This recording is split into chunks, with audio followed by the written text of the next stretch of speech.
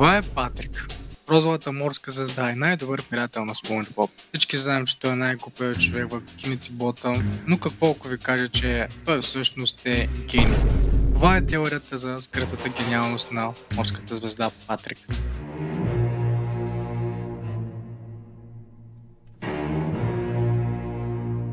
Нека се върнем обратно в сезон 2, епизод 15. Тайната кутия. Този епизод наистина ме накара да осъзная истинската скрита интелигентност на Патрик. И манипулативните му начини в епизода той разсъстява Спонж Боб да иска да знае тайната на неговата тайна кутия. Спонж Боб започва да разкрива всичките си тайни на Патрик, с надеждата Патрик да разкрие мистерията, която седи зад кутията му. Но вместо това, Патрик казва точно тези думи. Will you show me what's inside your secret box? No, SpongeBob. It's for me to know and for you to never find out. You may be an open book, SpongeBob, but I'm a bit more complicated than that. The inner machinations of my mind are an enigma.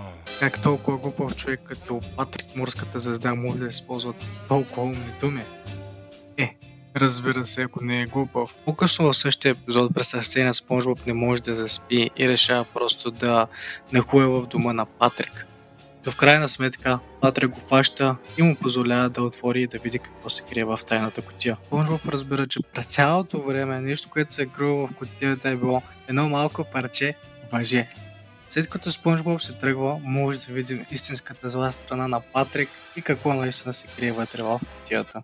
He didn't pull the secret string opening the secret compartment of my secret box, revealing one embarrassing snapshot of SpongeBob at the Christmas party!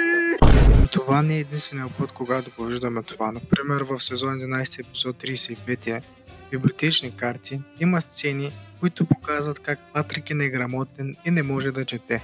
Now read the words, Patrick. Once upon Но хей, вижте тази сцена от сезон 7, епизод 34, озаглавен "Последната битка на Спонж Боб". That's a big sign. It says future side of the Shelly Super High. Как Патрик може да чете знакът, като се предполага, че той е идиот?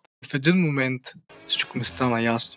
Има тъмна причина, поради която Патрик се държи необразовано.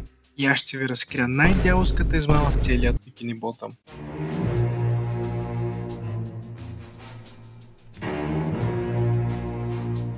Не е тайна, че Спонж Боб се опитва да получи шофьорската си книжка за цял живот и се проваля всеки път.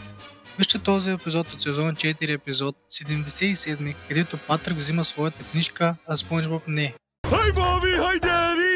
Patrick, how many times do we have to tell you we're SpongeBob's mom and dad, not yours? What? I'm an orphan? Oh, but guess what? I passed my driver's test. That's great, Patrick. SpongeBob failed his test, so don't mention it. No, we know how to stay clear of that minefield. Mom! Well, I've got to take Mr. Walks-a-lot back home. He's always asking for rides. Hey! Чакайте, чухте ли го това? Нека го повторим отново. Hi, Bobby! Hi, Daddy! Патрик знае, че това не са неговите родители. Това не е първият път, в който той прави нещо подобно. Сезон 2, епизод 37, по Хашамандура, две морски звезди посещават Патрик, като негови родители, но те не са. Как Патрик няма да знае своите родители? Повярвайте ми, той знае, но те не са неговите родители. И той се държи с умствени увреждания, като схема за пари от всички хора в Бикини Ботъм. И слушайте ме, помислете на това. Защо Патрик не си намира работа? Той е толкова мързелив, че се държи като бално развиващ, за да получи симпатия и безплатни неща от всички от Бикини Ботъм, включително и Спонж Боб. Патрик буквално е манипулирал целият Бикини Ботъм да го обича безусловно. Не ми вярвате? Погледнете този клип. I believe in you, Patrick. The amount of evidence being consumed is astounding! And now, yes! Защо по дяволите пораснала риба би имала друг мъж татуиран на гърдите си? Патрик буквално има Бикини Ботъм като своя площадка и е по-зел и стънчен, отколкото някога бихме могли да разберем.